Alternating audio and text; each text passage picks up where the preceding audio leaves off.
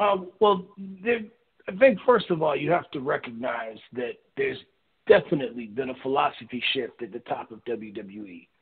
Well, once upon a time, they refused to acknowledge that wrestling existed outside of their universe.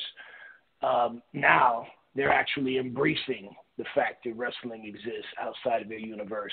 You know, with the popularity of NXT, them bringing in guys and allowing guys to keep their identity. You know, with not hijacking guys' identities like they were so known to do. You know, to me, the American Dragon will always be Bryan Danielson. I don't know who this Daniel Bryan guy is, but, you know, I know the American Dragon. And I think with the popularity of social media and YouTube, this is an amazing time for the business like never before because, and I've said this on my own podcast, the VIP Lounge, it's phenomenal that now a guy from England can show up at PWG Gorilla in Los Angeles and wrestle at the Battle of Los Angeles.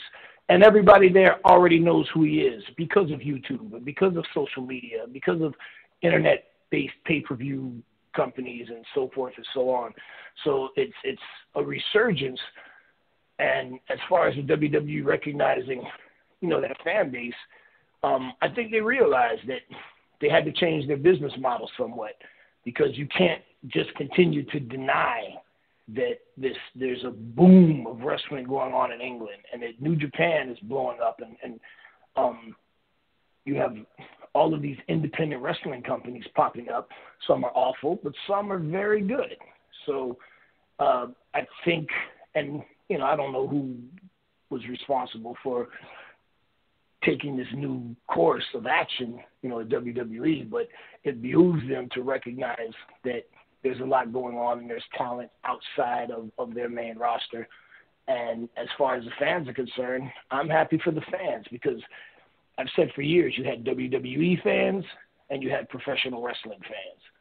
And the WWE fans, you know, if it wasn't WWE, to them it wasn't wrestling. You know, their brand saturation and their stranglehold on the market is so deep.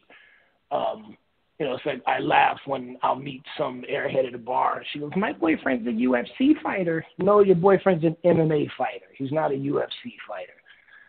That brand saturation. When you tell somebody, oh, I'm a professional wrestler. Oh, you mean like WWE style or like college style?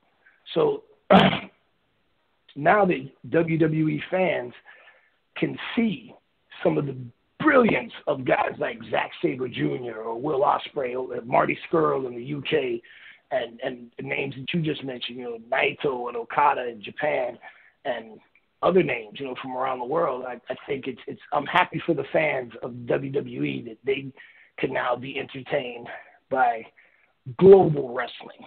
And I think it's good for everybody.